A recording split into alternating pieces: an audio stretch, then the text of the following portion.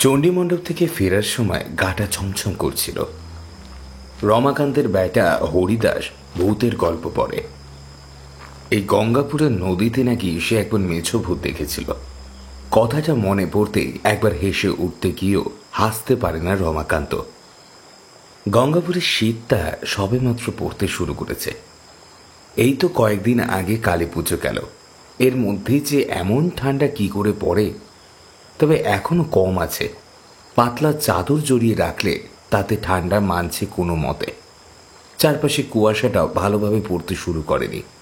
হাতে হ্যারিকেনের আলোটায় বেশ ভালো করেই চারপাশটা দেখা যায়। পায়ে পায়ে বাড়ির দিকে এগোতেই রমাকান্ত ভাবল, কাল আমাকেও একটা ভালো ভূতের গল্প বলতে হবে, না হলে প্রত্যেকদিন হরিদাস আর শিবু ভূতের গল্প বলে পার পেয়ে যায়। এমন সব ভূতের গল্প যে বেটা কোথা থেকে জোগাড় করে ওরা। বুঝেছি, নিশ্চয়ই বানিয়ে বানিয়ে বলে। হরিদাসের বেটাকে ধরা যায়, কিন্তু শিবুর গল্প একেবারে ধরা যায় না। সত্যি শিবু ভূতের গল্প বলার সময় এমনভাবে বলে যে মনে হয় সত্যি কথা বলছে। একবার নাকি গঙ্গাপুরের রেল স্টেশনের কাছে বাড়ি ফেরার পথেই ভয়ঙ্কর এক ভূতের পাল্লায় পড়েছিল। কোনো রকমে তার হাত থেকে বেঁচে ফিরেছিল। তার ঘাড়ের উপর নাকি মাথাটা পর্যন্ত নেই। দিনের বেলা হলে এই সমস্ত কথা শুনতে শুনতে ওরা হেসে এর ওর গায়ে লুটিয়ে পড়ত, কিন্তু রাতের বেলায় হিমহিমে ঠান্ডা পরিবেশে জ্বলতে থাকা আগুনের সামনে বসে সবকিছু কেমন যেন সত্যি বলে মনে হয়। শিবু যখন বলে, রাতের অন্ধকারে যা দেখা যায় তার সবকিছু সত্যি নয়, বুঝলি রমাকান্ত, তার সবকিছু সত্যি হতে পারে না। তখন রমাকান্তর মনে হয়েছিল তার পাশে বসে থাকা শিবু হরিদাস এরা দুজন সত্যি নাও হতে পারে। হতেই তো পারে সবকিছুই তার চোখের ভুল। রাতের অন্ধকারে এমন কোনো এক মায়াজাল ছড়িয়েছে যার জন্য। কথাগুলো ভাবতে ভাবতে ফেরার পথে একটু অন্যমনস্কই হয়ে গিয়েছিল রমাকান্ত। আশেপাশের বাড়িগুলোয় সবাই দরজা বন্ধ করে অনেকক্ষণ আগেই শুয়ে পড়েছে। আসলেই তিনজনের একটু শহরের ছোঁয়া ছিল। লকডাউনের আগে পর্যন্ত তারা শহরের কাছে কোথায় একটা কাজকর্ম করে জীবিকা নির্বাহ করেছে। লকডাউনের কারণে বাড়ি ফিরে আসতে হয়েছে। তারপরে এসে আবার এই গ্রামের চাষবাস, মাছ ধরা, মজুরি খাটা, গরুর গাড়ি চালানো এইসব নিয়েই পড়েছে। কিন্তু এই সমস্ত হলে কি হবে? শহরের হাওয়া গায়ে লেগেছে, তাই একটু রাত পর্যন্ত ওরা মাঝে মাঝেই এখানে ওখানে বসে আড্ডা দেয়। আগে লুকিয়ে লুকিয়ে বিড়ি খেত, এখন সেটা করতে হয় না। তবে তবুও গ্রামের কিছু বয়স্ক লোকজনকে এড়িয়ে চণ্ডী মণ্ডপের পেছনে যেখানে জঙ্গলটা আছে সেই জঙ্গলের কাছে তিনজনে মাঝে মাঝেই বসে। একটা বড় গাছের গুঁড়ি রাখা আছে। কালী পুজোর পর শীত পড়েছে বলে সেখানে আর যায় না। সে যাই হোক, রমাকান্ত চমকে উঠেছিল অন্য একটা কারণে। পথের কোথাও থেকে ইনিয়ে বিনিয়ে কান্না করার শব্দ শুনতে পাচ্ছিল সে। আশ্চর্য, এত রাতে কি কাঁদছে? কারোর কোনো বিপদ হলো নাকি? আলোটা তুলে ধরে রমাকান্ত চারিদিকটা ভালো করে দেখল। না, কোথাও কেউ নেই। কান্নার শব্দটা বন্ধ হয়ে গেছে। আরো খানিকটা হেঁটে যাওয়ার সঙ্গে সঙ্গে আবার সেই কান্নার শব্দ শোনা গেল। আর এইবারে যেন সেই কান্নার শব্দটা ঠিক তার পেছন দিক থেকে শোনা গেল। এইবারে হ্যারিকেন ঘুরিয়ে কিন্তু বিফলে হতে হলো না। জঙ্গলের একপাশে একটা বাচ্চা মেয়ে দাঁড়িয়ে আছে। বয়স কত হবে, 7 কি 8। খালি গা, মাথার চুলগুলো মুখের দুপাশে এলোমেলো ভাবে পড়েছে। দুটো হাত দিয়ে চোখ টলতে টলতে সে কেঁদে চলেছে। আরে কোন বাড়ির মেয়ে তুই? রাতের বেলায় এমন বাইরে বেরিয়েছিস কেন? এমন ঠান্ডায় খালি গায়ে এমন ভাবে কেউ বেরোয় নাকি? খালি গায়ে ঠিক বলা যায় না। অন্য একটা ছোট্ট জামা রয়েছে বটে, তবে তাতে ঠান্ডা মানবে না। বলা যায় সোয়েটার জাতীয় কিছু একটা সে পরেনি। রমাকান্ত চাদরটাকে একটু ভালো করে জড়িয়ে নিল, বলল, আরে কথা বলছিস না কেন? হাতটা সরা দেখি। কোন বাড়ির মেয়ে তুই? ও বুঝেছি, গোসাই বাড়ির মেয়ে না? কিন্তু এখানে কি করছিস? মেয়েটা তবুও কোনো কথা বলে না। রমাকান্ত পড়ল বিপদে। এত রাতে একা একা মেয়েটা বাইরে বেরিয়েছে, তাছাড়া তাছাড়া মেয়েটাকে সে চিনতে পারছে না ঠিক করে। মুখ থেকে হাত না সরালে চিনবেই বা কি করে? অন্ধকারটা বাড়ছে, কুয়াশাও অল্প অল্প জমতে শুরু করেছে বটে, তবে তাতে দেখার অসুবিধা খুব একটা হচ্ছে না। হ্যারিকেনটা মাটিতে নামিয়ে রেখে রমাকান্ত এবার 2 পা এগিয়ে গেল বাচ্চা মেয়েটার দিকে। মেয়েটা ততক্ষণে মুখ থেকে হাত সরিয়েছে, কিন্তু চুলগুলো মুখের কাছে এসে পড়েছে। রমাকান্ত আবার বলল, কি হয়েছে বল। মেয়েটা কিন্তু এবার কান্না থামিয়ে দিল। রমাকান্ত আরো খানিকটা কাছে এসে মেয়েটার মাথার উপর একটা হাত রেখে তার মুখের উপর থেকে চুলটা সরাতেই বুঝতে পারল, আরে এ তো গোসাই বাড়ির মেয়েটা। মেয়েটা কিন্তু কিছু বলল না, ফ্যাল ফ্যাল করে তার দিকে তাকিয়ে রইল। রমাকান্ত বলল, কি হয়েছে রে, মুখে বল কিছু। হঠাৎ রমাকান্তর দিকে 2টো হাত বাড়িয়ে দিয়ে খিলখিল করে হেসে উঠল মেয়েটা।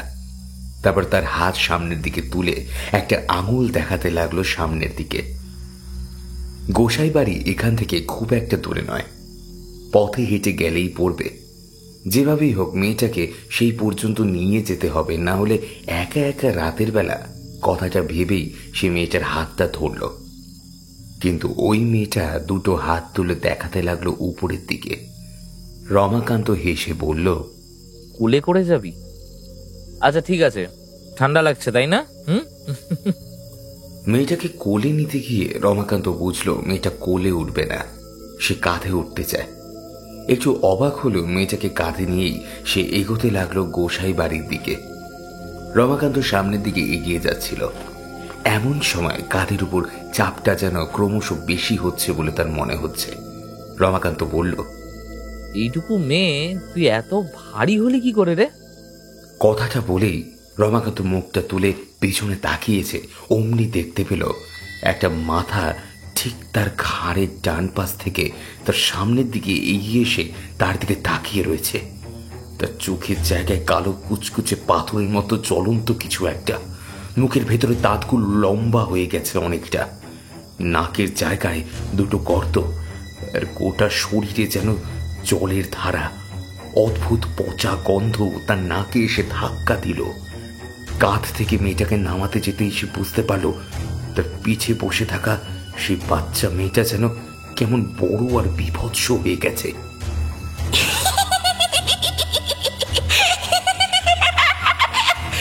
নিয়ে যাবি না আমাকে? নিয়ে যাবি না? বাড়িতে নিয়ে যাবি বলেছিলি তো, নিয়ে চল। রমাকান্ত তাকে কাঁধ থেকে নামাবার চেষ্টা করতে লাগলো, কিন্তু রমাকান্তের গোটা শরীর সঙ্গে সঙ্গে যেন বিভৎস মূর্তিটার রক্ত মাংস জড়িয়ে গেছে।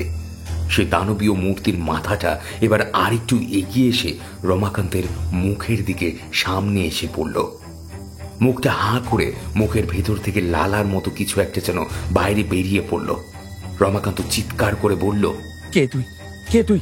হ্যাঁ, আমায় ছেড়ে দে, ছেড়ে দে বলছি, আমায় ছেড়ে দে। একটা বিভৎস হাসিতে রমাকান্তের গোটা শরীরটা যেন পাথরের মতো হয়ে গেল। সেই বড় বড় দাঁতের মুখের হাঁটা যেন আরেকটু বড় হয়ে এলো। আর তারপরে রমাকান্তের ঘাড় বরাবর প্রচন্ড একটা কামড় বসাতে যেতেই রমাকান্ত প্রাণপণে পথের এক পাশে লাফিয়ে পড়ে পুরনো মোচার ডোবাটার এক পাশে ছুটতে লাগলো।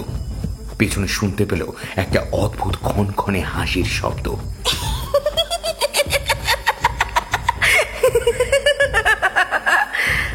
কোথায় যাবি?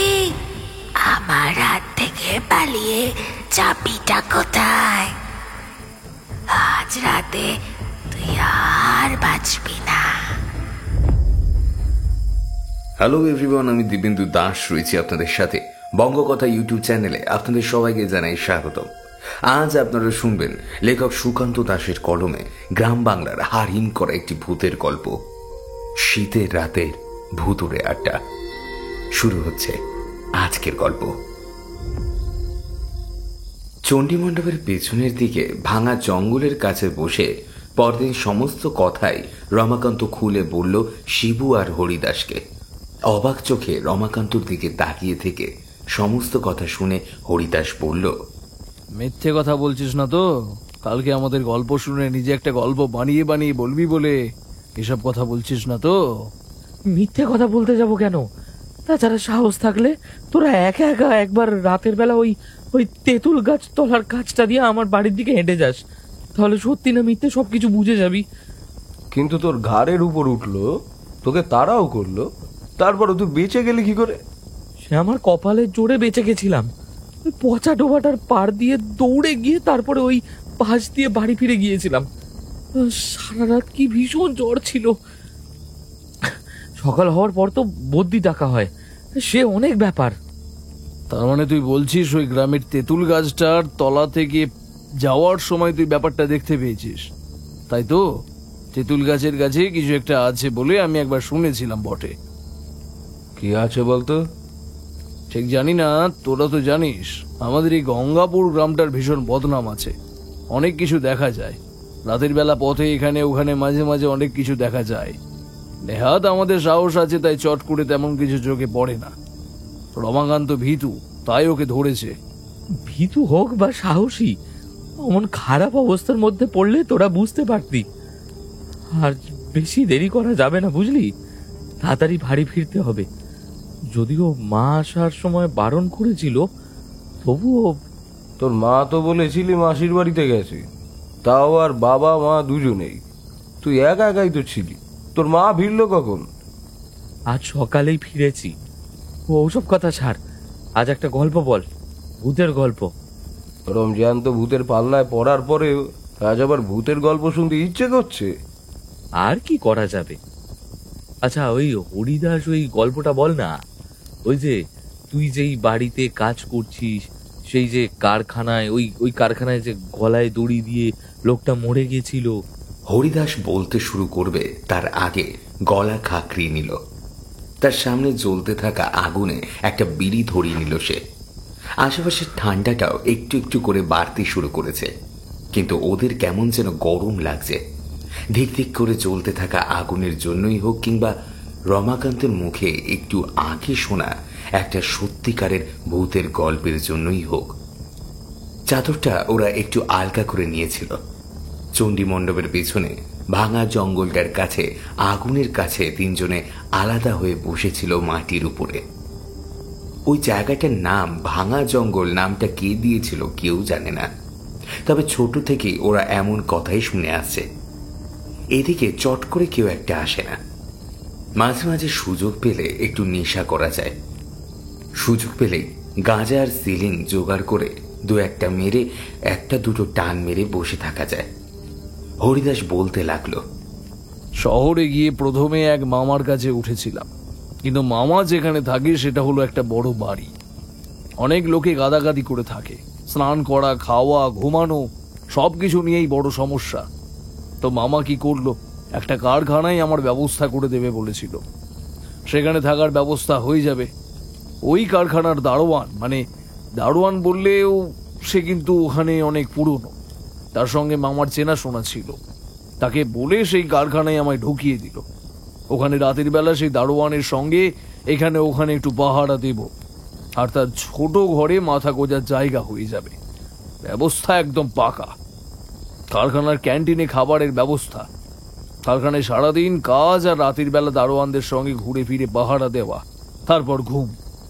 এমন সুন্দর ব্যবস্থা যে মামা করে দিয়েছিল, কিন্তু কপালের ভিড়ে সেই কাজ রাখতে পারলাম না। কেন রে? সেই কথাই তো বলছি। আরে রমাকান্ত, আগুনের দিকে এমন ভাবে তাকিয়ে আছিস কেন? গরম লাগছে নাকি? আগুনটা কমিয়ে দেব? না না, ঠিক আছে। আরে আগুনের কাছে এসে বস, অত দূরে বসে থাকলে তো ঠান্ডা লাগবে। ঠান্ডা অল্প আছে বুঝলি, আগুনের সামনে গেলে আরো বেশি গরম লাগবে। গরম গরম বলেই তো মনে হচ্ছে। তোরা ওখানে বস, আমি একটু দূরেই ঠিক আছি। তারপর হরিদাস বল। কারখানায় ভালোভাবে আমার দিন কেটে যাচ্ছিল। কারখানাটা কিন্তু আবার শহরে নয়, শহর থেকে একটু ভেতরের দিকে, গ্রাম বললে ভালো হয়। তার একদম শেষ প্রান্তে ওই কারখানা। কারখানার সামনের পথটা একটু লোকালয়ের মধ্যে দিয়ে এগিয়ে গিয়ে তারপরে দুপাশে ধানের জমি। একমাত্র সেখানে একটা রেল স্টেশন ছিল, যার জন্য মাঝে মাঝে লোকজন একটু বেশি হতো। কিন্তু সেই জায়গাটা রাতের বেলা যাকে বলে খুব নির্ঘুম হয়ে পড়ে থাকতো। দারোয়ান আমায় বারবার বলতো, রাতের বেলা একা একা কোথাও যাবি না, বুঝলি? আর গেলেও হাতে টর্চ নিয়ে যাবি। দারোয়ানের সঙ্গে থেকে একটা টর্চ আমি নিজের জন্য পেয়েছিলাম, না হলে তো ওই হ্যারিকেন লণ্ঠন ছিল ভরসা। রাতের বেলা ক্লান্ত হয়ে দারোয়ানের ঘরে গিয়ে শুয়ে পড়তাম। ঘুম ভাঙলে দেখতাম দারোয়ান কার সাথে যেন কারখানার এখানে ওখানে ঘুরে বেড়াচ্ছে, আর মাঝে মাঝেই কাদের সঙ্গে যেন কথা বলছে। মাঝে মাঝে ইচ্ছে হতো জিজ্ঞাসা করি, কিন্তু দারোয়ানের সেই লালচে চোখ, বেটা মাঝে মাঝে গাঁজা টেনে বসে থাকতো, এলোমেলো কথা, গম্ভীর স্বর, তাই তার বলা সবকিছুতে খুব একটা ভরসা পেতাম না। ধীরে ধীরে যখন 2 মাস হয়ে গেল, একদিন প্রশ্ন করতে সে বলল, কারখানায় এমন অনেকে আছে যাদের খালি চোখে দেখা যায় না, বুঝলি? কিন্তু আমি দেখতে পাই। তুই কারখানা তৈরি হওয়া থেকে এখানে আমি আছি, কত কিছু দেখলাম। তাই তো বলি, রাতের বেলা আলো ছেড়ে কোথাও কখনো যাবে না।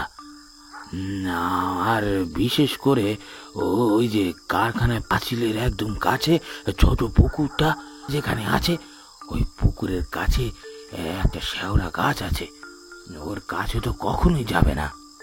আমি প্রশ্ন করলাম না, কিন্তু দারোয়ানের বলা সেই কথাটা মনের ভেতরে কৌতূহল জাগিয়ে তুলল একটা। কারখানায় কাজ করি, খাই দাই, ঘুমাই, দারোয়ানের সঙ্গে মাঝে মাঝে কথায় কথায় এটা ওটা বলে এইভাবেই সময় কেটে যাচ্ছিল ভালোই। কিন্তু একদিন হলো বিপদ। দারোয়ান কি একটা কারণে ছুটি নিয়ে তার দেশের বাড়িতে গিয়েছে 2 দিনের জন্য। একজন মারা গেছে। এদিকে 2 দিনের জন্য তো নতুন দারোয়ান রাখা যায় না। কারখানার ম্যানেজারের সঙ্গে কথা বলে আমি ঠিক করলাম 2 দিন না হয় আমি রাতের বেলায় একটু ঘুরে ঘুরে পাহারা দিয়ে দেব। কারখানাটাও বেশি বড় নয়, 2 বড় বড় ঘর, বাইরে একটা ক্যান্টিন, আর তার পাশে খানিকটা ফাঁকা জায়গা দিয়ে বড় জোর মেরে কেটে ওই আমাদের সামনে ফাঁকা মাঠের মতো জায়গা হবে আর কি। ওই আর কতটুকু, এক পাশ থেকে অন্য পাশে দাঁড়ালেই দেখা যায় দিনের বেলা। কাজ সেরে রাতের বেলা সবাই চলে যাওয়ার পর আমি নিজের হাতে সমস্ত দরজায় ভেতর থেকে তালাগুলো দিয়ে দিলাম। তারপরে সমস্ত জায়গায় ঘুরে দেখে নিয়ে ঘরে ঢুকতে যাব, এমন সময় মনে পড়লো দারোয়ানের বলা সেই কথাটা। ঠিক সেই সময় দূরে কোথায় যেন শিয়াল ডেকে উঠল। কারখানার পাশে বাইরেই ফাঁকা মাঠ, সেটা আগেই বলেছি, জায়গাটা গ্রাম। এখানে এমন কারখানা কেন তৈরি হয়েছিল তখন বুঝতে পারিনি। পরে বুঝতে পেরেছিলাম আসলে কারখানায় যে সমস্ত জিনিসপত্র তৈরি হতো তাতে বড় বড় খারাপ ধোঁয়া ছড়াতো। তাছাড়া যে সমস্ত ধোঁয়া বাইরে বের হতো সেগুলো ভালো না। শহরের দিকে সমস্ত ব্যাপার করতে কাউকে খুলে বলা মানে মালিককে অনেক ঝামেলা পোহাতে হতো। তাই গ্রামের সমস্ত ব্যবস্থা করে চুপি চুপি সেই সমস্ত কিছু মাটিতে মিশিয়ে দিত ওরা। পরে সেই কারণে তো কারখানাটা বন্ধ হয়ে যায়।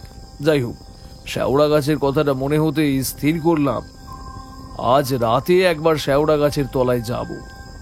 শরীর খারাপ লাগছে নাকি? হ্যাঁ, মাঝে মাঝে কেঁপে উঠছিস, চাদর দিয়ে তো পুরো মুখটাই ঢেকে ফেলেছিস রে। জ্বর জ্বর একটু লাগছে, হরিদাসের গল্পটা শুনেই বাড়ি চলে যাব। কি যে হলো তোর, আবার শরীর খারাপ বাদালি ভাই? আচ্ছা তারপর শোন, সেই শেওড়া গাছের দিকে আমি তো এক পা করে হেঁটে যাচ্ছি। বারবার মনে হচ্ছে কাজটা করা ঠিক হচ্ছে না, কিন্তু মনের কৌতূহলকে আটকায় কি করে। এক সময় হাঁটতে হাঁটতে সেই গাছের তলায় গিয়ে টর্চের আলো চারিদিকে ফেলে নিজের মনেই হেসে উঠলাম। কোথাও কিছু নেই, একটা শিয়াল পর্যন্ত শেওড়া গাছের তলায় ডোবার কাছে নেই।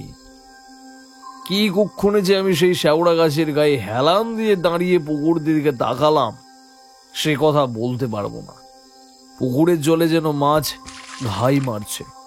শুনেছিলাম সেখানে মাঝে মাঝে মাছ চাষের জন্য মাছ ছাড়া হতো। সেদিকে তন্ময় হয়ে তাকিয়ে দেখছি। উঠে চলে আসতে যাব এমন সময় হঠাৎ ঘাড়ের ওপর যেন কি একটা এসে পড়ল। প্রথমটা বুঝতে পারিনি, আস্তে আস্তে ঘাড়ের ওপর চাপটা বাড়তেই চমকে উঠলাম। টর্চটা হাতেই ছিল, ঘাড়ের দিকে টর্চের আলোটা ফেলে মুখটা দিয়ে তাকাতে দেখতে পেলাম একটা নরকঙ্কালের পা, যেন রক্ত মাংস লেপ্টে রয়েছে। ঘাড়ের উপর এসে পড়েছে একটা পচা গন্ধ।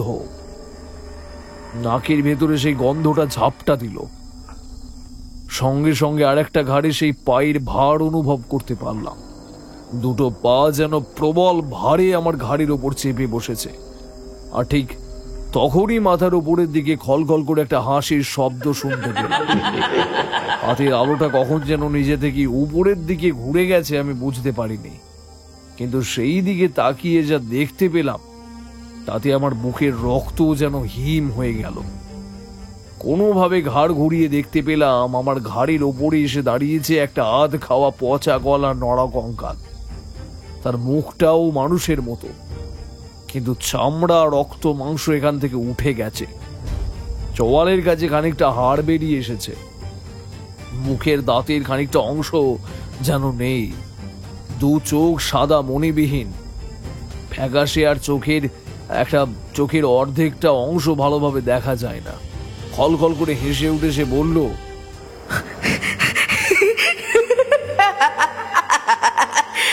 আমায় দেখতে এসেছিস তাই না? এত বড় সাহস, আমায় দেখতে এসেছিস? তুই জানিস না রাতের বেলায় গাছের তলায় কেউ আসে না? আর তুই কে? গাছের তলায় আমার গাছের নিচেই এসে দাঁড়িয়ে রয়েছিস। কে রে তুই? চমকে উঠে তাকিয়ে দেখলাম তার গলার ওপরে একটা ফাঁস বাঁধা। সেই ফাঁসের উপরে সে ঝুলছে। তারপরে সেই দুটো পায়ের আঙুল যেন আস্তে আস্তে আমায় আঁকড়ে ধরতে শুরু করেছে। কি মনে হতে টর্চটাকে ছুঁড়ে দিলাম উপরের দিকে। সঙ্গে সঙ্গে একটা ঝটকায় নিজের শরীরটাকে সেখান থেকে ছড়িয়ে ফেললাম। তারপর ছুটতে লাগলাম নিজের ঘর লক্ষ্য করে।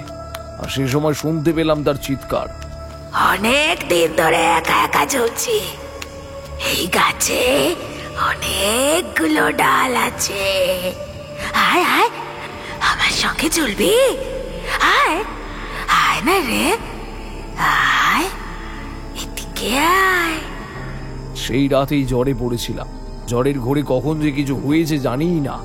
যখন জ্ঞান ফিরেছিল দেখি সেই পাহারাদার আমার মাথার কাছে বসে আছে। আমায় উঠতে দেখে বলল, তোকে আর এখানে রাখা যাবে না। বদমাইশ, কতবার করে তোকে বললাম ওই গাছের দিকে যাবি না, যাবি না, কিন্তু আমার কথা তুই একবারও শুনলি না। তাকে কিছু বলতে পারিনি, কিন্তু মাঝে মাঝে স্বপ্নের মধ্যে সেই আধ খাওয়া পচা গলা কঙ্কালটাকে আমি দেখতাম, যেন সে আমায় ডাকছে। তার সঙ্গে যাবার জন্য তার হাতে একটা দড়ি রয়েছে। সেই দড়িটা যেন আমার চেনা। সেই দড়িতে সে আমায় ঝোলাতে চায়। হরিদাস গল্প শেষ করে একটা দীর্ঘশ্বাস ফেলল। শিবু বলল, আমিও এমন অনেক ভূত দেখেছি, কিন্তু আজ ভালো লাগছে না। কেমন যেন লাগছে।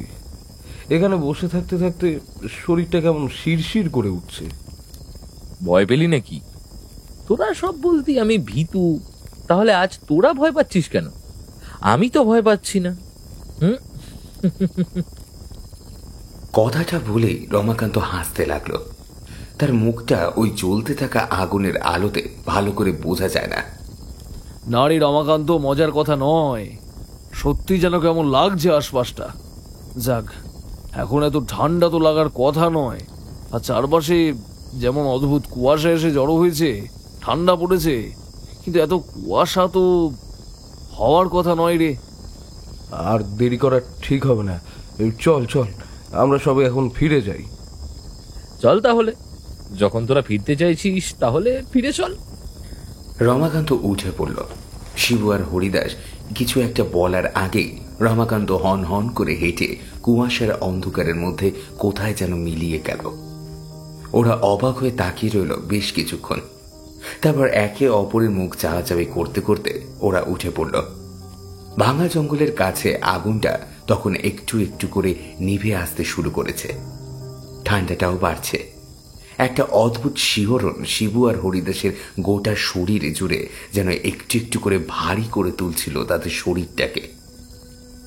হরিদাস আর শিবুর বাড়িটা একই দিকে হলেও হরিদাসকে আগে থামতে হয়, তারপর শিবু এগিয়ে যায়।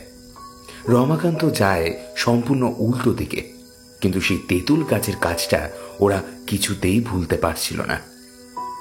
তেঁতুল গাছের কাছে অনেকদিন আগে কোন একটা মেয়ে নাকি গলায় ফাঁস লাগিয়ে আত্মহত্যা করেছিল।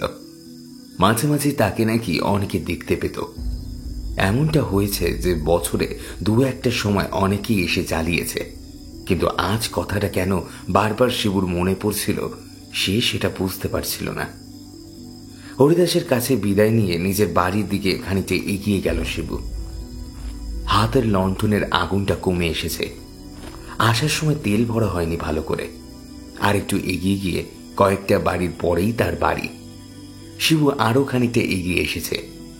এমন সময় পেছন থেকে কার যেন একটা ডাক শুনতে পেল। শিবু, শিবু। ডাকটা শুনে পেছনের দিকে তাকিয়ে একবার কিছু দেখতে পেল না শিবু। আরে, কে যেন ডাকলো বলে মনে হলো না? গলাটাও কেমন চেনা চেনা, কিন্তু চারপাশে তো কেউ কোথাও নেই। কুয়াশাও তো এত বেশি নয়, তবে ভাঙা জঙ্গলের কাছে কি কুয়াশাটাই না পড়েছিল। হাতের লণ্ঠনটার দিকে চোখ পড়তেই একটু চমকে গেল শিবু। লণ্ঠনটা প্রায় নিভু নিভু হয়ে এসেছে। আর বেশি দেরি করা যাবে না, তাড়াতাড়ি ঘরে ঢুকতে হবে। আকাশে চাঁদের আলো অল্প হলেও শীতের বেলায় চাঁদের আলোটাও কেমন যেন মরা হয়ে যায়। দ্রুত সামনের দিকে পা চালাতে যেতেই পথের একপাশে একাকী কাকে যেন বসে থাকতে দেখল শিবু। আরে, এই তুই কে রে? এখন এইভাবে ঘরের সামনে বসে আছিস কেন? কে তুই? ওইটা মণ্ডলদের বাড়ি। শিবু ভাবল মণ্ডলদের কেউ হয়তো বসে আছে। দুটো হাতে মুখ গুজে বসে রয়েছে সে। কোনো কথা বলছে না দেখে শিবু একটু সামনের দিকে এগিয়ে গেল। আর এগোতে এগোতেই হঠাৎ করে একটা কথা মনে পড়ে গেল তার। দুদিন আগে রাতের বেলা ওই ভাঙা জঙ্গলের কাছে আগুনের সামনে বসে হরিদাস আর রমাকান্তকে গল্প বলার সময় সে বলেছিল একবার এক অচেনা গ্রামের পথে ঠিক এমনভাবেই কাউকে একটা ঘরের সামনে বসে থাকতে দেখেছিল। অবাক হয়ে গেল শিবু। সে কিছু একটা বলতে যাবে, তার আগেই দুটো হাতের উপর মুখ গুজে বসে থাকা লোকটা মুখ তুলল। আর সঙ্গে সঙ্গেই ধরে যেন প্রাণটা ফিরে এলো। রমাকান্ত বসে আছে। বেটা, ভয় দেখাবার জন্য এই খান পর্যন্ত এসেছিস? আমার আগেই বোঝা উচিত ছিল। তুই আজ এমন করছিলি, বারবার আমাদের ভয় দেখাতে চাইছিলি কেন বলতো? রমাকান্ত উঠে দাঁড়িয়ে হাসল, তারপর বলল, কাল রাতে আমি যেমন ভয় পেয়েছিলাম তেমন হয়তো তোরা পাসনি, তাই একটু ভয় দেখাচ্ছি। আরে চ চ, তোকে বাড়ি পর্যন্ত দিয়ে আসি। শিবু মুখে কিছু না বললেও মনে একটু ভরসা পেল। রমাকান্ত বাড়ি পর্যন্ত দিয়ে আসলে ভালোই লাগবে। আর এইখানটা একেবারেই যেন শুনশান মতো। রমাকান্ত হাঁটছে, শিবু হাঁটছে, আর কয়েকটা মাত্র বাড়ি। চারপাশে কোথাও কোনো শব্দ নেই। হঠাৎ ওদের মনে হলো তার বা হাতে ধরা আছে হ্যারিকেন, কিন্তু ডান হাতের আঙুলটা কে যেন শক্ত করে চেপে ধরেছে। অন্ধকারের মধ্যে মুখ তুলে তাকাতে দেখতে পেল একটা বাচ্চা মেয়ে যেন তাকে। এই তুই কে? রমাকান্ত, দেখ এইখানে। রমাকান্ত তো নেই। ততক্ষণে বাচ্চা মেয়েটা খিলখিল করে হাসতে হাসতে হামাগুড়ি দিয়ে ঠিক টিকটিকির মতো শিবুর ঘাড়ের কাছে পর্যন্ত উঠে এলো। তারপর নিজের পা দুটো গলিয়ে দিল তার গলার দুপাশ থেকে। দুটো হাতে শিবুর মাথার চুলটা ধরতেই শিবু যেন পাথরের মতো হয়ে গেল। মেয়েটার গোটা শরীর যেন প্রচন্ড ঠান্ডা। এই শীতের রাতে বাইরে থাকলেও এত ঠান্ডা হবার কথা নয়। শিবু আরো দুপা সামনের দিকে এগোতেই বুঝতে পারল তার ঘাড়ের কাছে একটা প্রচন্ড চাপ পড়ছে। ঘাড়ের উপর বসে থাকা মেয়েটার শরীরটা যেন বাড়তে শুরু করেছে। আর তারপরে খিলখিল করে হেসে উঠে সে যেন বলল,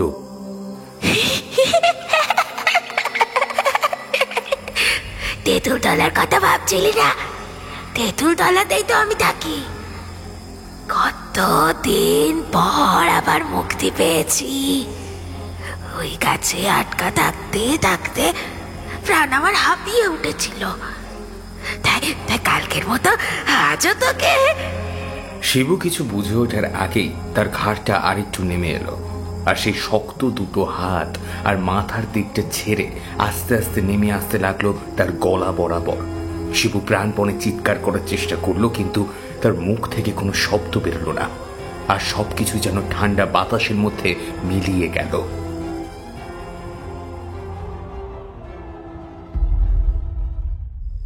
বিছানায় শুয়ে শুয়ে হরিদাস ভাবছিল তেঁতুলের গাছটার কথা। তেঁতুল গাছে অনেকদিন আগে মারা গিয়েছিল একজন, কিন্তু যতদূর মনে পড়ে শেষবার বছর 5 আগে এক তান্ত্রিক এসে ওই তেঁতুল গাছটাকে বন্ধন করে দিয়েছিল। বলেছিল তেঁতুল গাছে যে আছে সে আটকে থাকবে। তাহলে রমাকান্তর অস্বাভাবিক আচরণটা বারবার তার মাথার মধ্যে যেন এসে ধাক্কা দিচ্ছিল। একবার ব্যাপারটা দেখা দরকার। কিছু যে একটা হচ্ছে, কিন্তু সেটা ভালো নয়, সেটা ভালোভাবেই বোঝা যায়। বিছানায় শুয়ে শুয়ে উসখুস করতে লাগলো হরিদাস। তারপর একসময় বাথরুম করার জন্য ঘর থেকে বেরিয়ে এলো। হরিদাস বিবাহিত, তার ঘরে ছেলে বউ সবাই আছে, তারা অকাতরে ঘুমাচ্ছে। দরজা খুলে বাইরে বেরোতেই ঠান্ডা হাওয়াটা যেন একটা ঝাপটা দিয়ে এসে লাগলো তার গায়ে। বাড়ির পেছনের দিকে বাথরুমের ব্যবস্থা। নিজের কাজ সেরে ফিরে আসতে যাবে আকাশের চাঁদটার দিকে একবার অবাক হয়ে তাকালো হরিদাস। অদ্ভুত গোল থালার মতো চাঁদ উঠেছে, কিন্তু স্পষ্ট মনে আছে আজ ফেরার সময় দেখেছিল চাঁদটা অর্ধেক হয়েছিল। অমাবস্যা, পূর্ণিমা আর মাঝামাঝি। ব্যাপারটা কি হলো? এই চাঁদের আবার কি হলো? নেশা টেশা করলো নাকি? নিজের করা মস্করাতে সে নিজেই যেন হেসে উঠল। তাড়াতাড়ি বারান্দার কাছে এসে উঠতে যাবে, তখন হরিদাসের খালি গা। ঠান্ডা হাওয়াটা গায়ে এসে বারবার ধাক্কা দিচ্ছে। এমন সময় একটু দূর থেকে যেন শিবুর গলাটা শোনা গেল। হরিদাস, আমায় বাঁচা। শিবুর গলা শুনে হরিদাস সঙ্গে সঙ্গে পিছনে ফিরল। তাড়াতাড়ি বারান্দা ধরে উঠোনের কাছটা নেমে এসে দেখতে পেল বাড়ির বাইরে উঠোনটা পেরিয়ে পথের কাছে হরিদাস দাঁড়িয়ে। তার হাতে একটা হ্যারিকেন। একটা হাত তুলে সে হরিদাসকে ডাকছে। হরিদাস, তাড়াতাড়ি একবার আয়, তাড়াতাড়ি আয়, কত বড় বিপদ হয়েছে দেখ। হরিদাস তাড়াতাড়ি বেরিয়ে পড়ল। সঙ্গে আলোটা নেওয়ার কথাও সে ভুলে গেল। উঠোন পেরিয়ে এগোতে এগোতে সে প্রশ্ন করল, কি হয়েছে? আর তুই এত রাতে আবার এলি কেন? কি যে করিস না। আজকে রাতটা এমনি ভালো নয়। শুনেছি আজকে কিসের যেন একটা তিথি। উফ, মনে পড়ছে না। আমিও শুনেছি আজকের দিনে খারাপ শক্তির ক্ষমতা নাকি অনেক বেড়ে যায়। শুধু আজ নয়, 2 দিন ধরে চলে এই তিথি। কিন্তু কিন্তু এই দেখ, এই দেখ, আমার গলার কাছে কি একটা হয়েছে। শিবু এগিয়ে গিয়ে গলাটা তুলতেই গলার কাছে দেখতে পেল একটা শক্ত কিসের দাগের মতো যেন রয়েছে তার গলায়। গলায় ফাঁস লাগিয়ে কেউ যদি ঝুলিয়ে দেয় তাহলে যেমন লাল টকটকে দাগ হয়ে যায়, ঠিক তেমন দাগ। এক মুহূর্তের জন্য লণ্ঠনের আলোয় হরিদাসের মনে হলো শিবুর গোটা শরীরটা বদলে গেছে। সেই অনেক বছর আগে কারখানায় দেখা পচা কলা সেই বিভৎস শরীরে একটা পচা দুর্গন্ধ তার নাকে এসে ধাক্কা দিল। কিন্তু তারপরেই তার কাঁধের কাছে কে যেন ধাক্কা দিয়ে বলল, আরে কি হলো? এমন ভাবে দাঁড়িয়ে পড়লে কেন? আরে দেখো না কি হয়েছে। ভালো করে তাকাতে দেখল কোথায় ফাঁসের দাগ, তেমন কিচ্ছু না, একটা লালচে দাগ হয়ে রয়েছে। সে বলল, এই একটা দাগ দেখাবার জন্য তুই আমায় এখানে নিয়ে এসেছিস? শুধু একটা দাগ নয় হরিদাস, আরো অনেক কিছু দেখাবার জন্য শিবু তোকে এইখানে ডেকে নিয়ে এসেছে। শিবু আর হরিদাস হাঁটতে হাঁটতে খানিকটা এগিয়ে এসেছিল, কিন্তু কি করেছে ওরা সেই তেঁতুল গাছের তলায় এসে পড়ল হরিদাস সেটা বুঝতে পারল না। দেখতে পেল তার দুপাশে দাঁড়িয়ে রয়েছে শিবু আর রমাকান্ত। দুজনের চোখের মনি কালো পাথরের মতো চকচক করছে। মুখটা হা করা, মুখের ভেতর দিয়ে লালা বেরিয়ে আসছে। হরিদাস চমকে উঠল, প্রায় চিৎকার করে বলে উঠল, এইসব কি রমাকান্ত? শিবু, তোদের এমন অবস্থা হলো কি করে? তোকে তো আগেই বলেছিলাম, কাল রাতে ওই তেঁতুল তলার কাছে। হরিদাস চিৎকার করে উঠল, দুটো হাত দিয়ে নিজের দুটো মাথার চুল টেনে ধরল। হ্যাঁ, আমি স্বপ্ন দেখছি, আমি নিশ্চয়ই স্বপ্ন দেখছি। এটা হতে পারে না। রমাকান্ত তো আজ সন্ধ্যেবেলা আমাদের সঙ্গে। কথাটা বলতে বলতে সন্ধ্যাবেলায় রমাকান্ত এবং তার সমস্ত আচরণ তার মনে পড়ে গেল। আগুনের তাপের গরম লাগা, চাদরটাকে একেবারে জড়িয়ে রাখা, কথাও কম বলা। তাছাড়া রমাকান্তকে বড় অদ্ভুত লাগছিল। একটু ভীতু রমাকান্ত হঠাৎ কেমন যেন সাহসী হয়ে পড়েছিল। এখনো বুঝতে পারছিস না? এই দুদিন ধরে যে খারাপ তিথি চলছে, ওই তিথিতেই তেঁতুল গাছে থাকা সেই মেয়েটা মুক্তি পেয়ে গেছে। কোন মেয়েটা বলতো?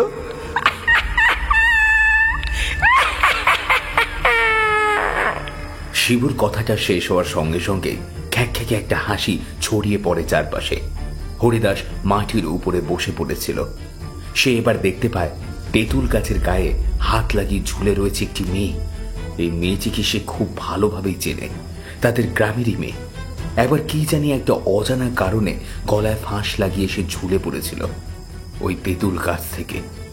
ফুলে ওঠা মৃতদেহটা পরদিন সকালে দেখতে পেয়েছিল সবাই।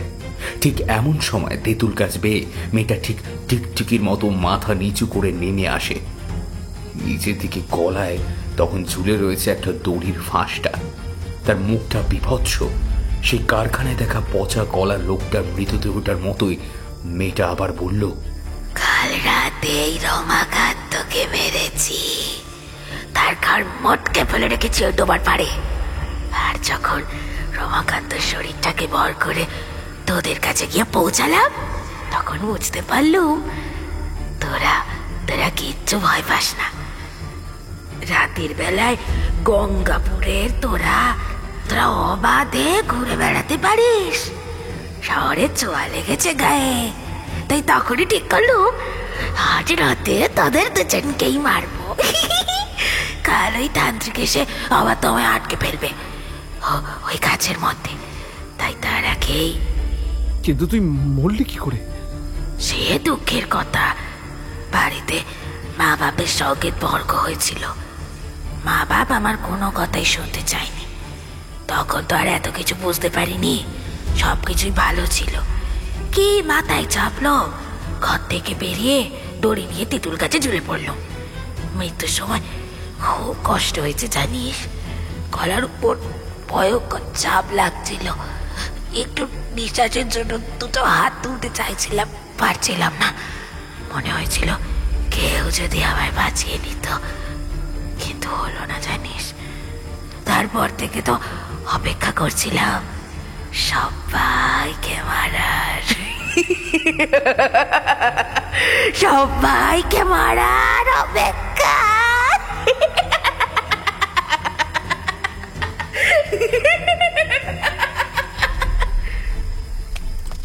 হরিদাস ছুটে সেখান থেকে চলে এসেছিল। বুঝতে পেরেছিল এখানে থেকে পালাতেই হবে, কিন্তু পেছন থেকে সেই ভয়ঙ্কর কণ্ঠস্বরগুলো শুনে ছুটে পালাতে গিয়ে মাটির উপর হুড়মুড় করে পড়ে গেল।